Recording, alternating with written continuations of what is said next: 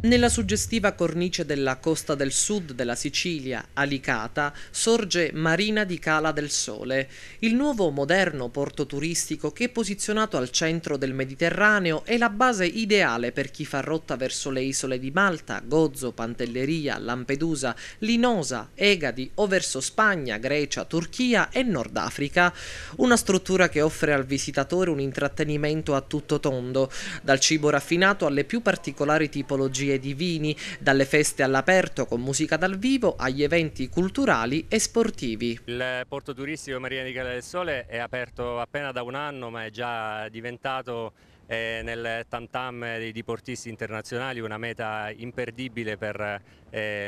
chi fa rotta lungo la costa sud della Sicilia. Infatti il porto, per dimensioni, caratteristiche e qualità dei servizi, si è già posto tra le eccellenze del diporto nautico internazionale, ed è anche un porto che comincia a essere sempre più frequentato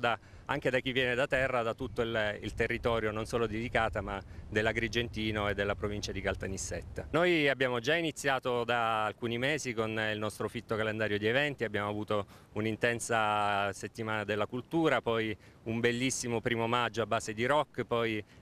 abbiamo festeggiato il primo compleanno del porto con il concerto di Mario Venuti, e adesso in questa location, che si presta veramente a qualsiasi tipo di evento, ci siamo inventati anche una cosa a cui forse pochi avrebbero pensato, ovvero un evento di golf.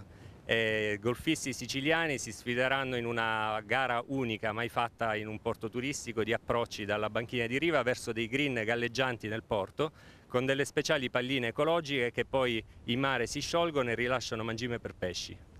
Ovviamente il torneo di golf è una piccola parte di quello che ci aspetta quest'estate. Quali saranno gli appuntamenti e gli intrattenimenti che proporrete ai vostri visitatori? Beh, intanto alle mie spalle c'è la ormai famosa Marazzi, è questa nave della Caravan Stage Company, che è una compagnia di spettacolo canadese, itinerante su questa bellissima nave in legno di 30 metri, che farà in anteprima mondiale il nuovo spettacolo 2012 il 6, 7 e 8 di luglio prossimo. E invece un evento più vicino, il 24 di giugno, sarà una gara podistica di 8 km in calendario regionale, che si svolgerà qui all'interno del porto, con anche uno speaker molto coinvolgente di Rai Sport, e poi ci sarà anche qui uno spettacolo. La musica, il divertimento non devono mai mancare in questo posto così bello.